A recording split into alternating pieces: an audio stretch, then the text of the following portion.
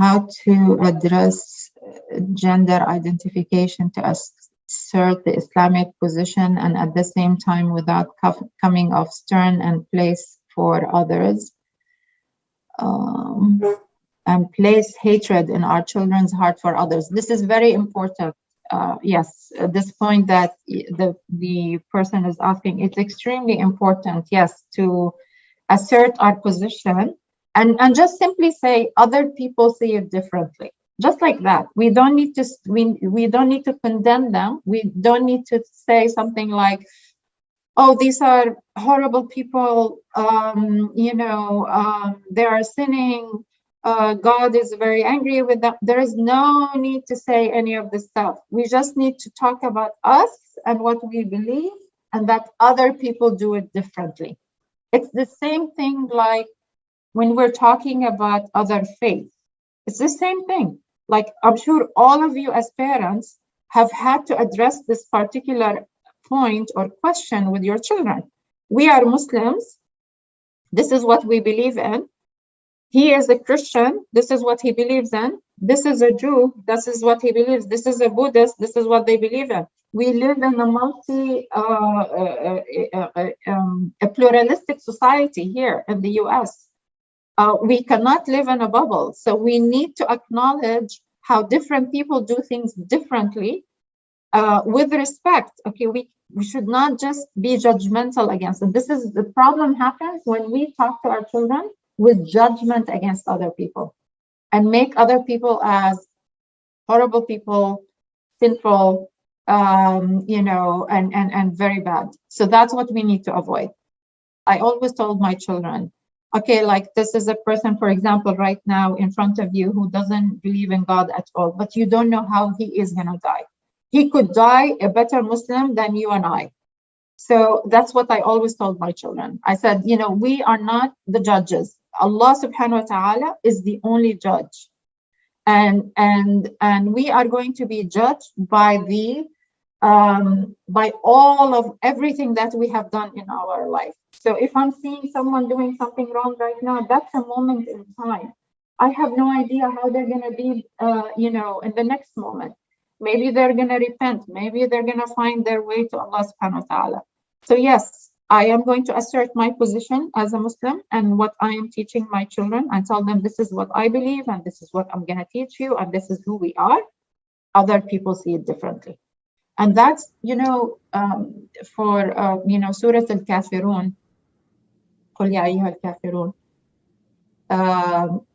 It's some scholars, they tell you, it is said in our tradition that Surah Al-Kafirun is equal to 1/4 of the Quran.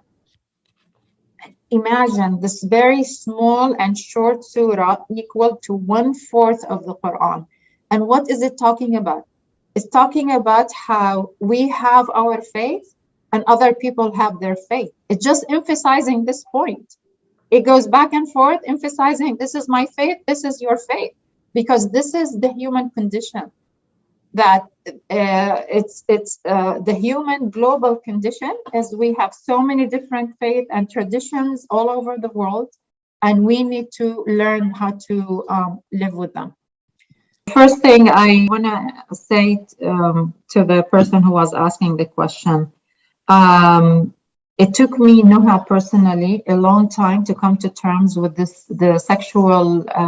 homosexuality piece. Okay, it took me a long time to come to terms with it and understand it, and I really didn't understand it very well in the beginning. Okay, so I understand where you're at, because as you told us, you are new to this country, and I fully understand, and you're facing questions that living in, a majority Muslim country, we may not have to even think about or, even reflect on. So I pray for you, in Allah subhanahu wa ta'ala will give you, inshallah, bismillah, the answer that you will be comfortable with and will give you peace.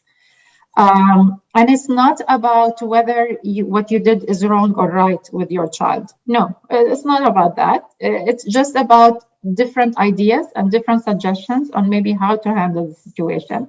And every person needs to do it in the way that they are comfortable with. For me as a therapist, because I see the bigger picture. For you guys, you are dealing with it only in your family. So I see it on a wider range in terms of like, I see these children growing up, I see them going into high school, I see them going to college.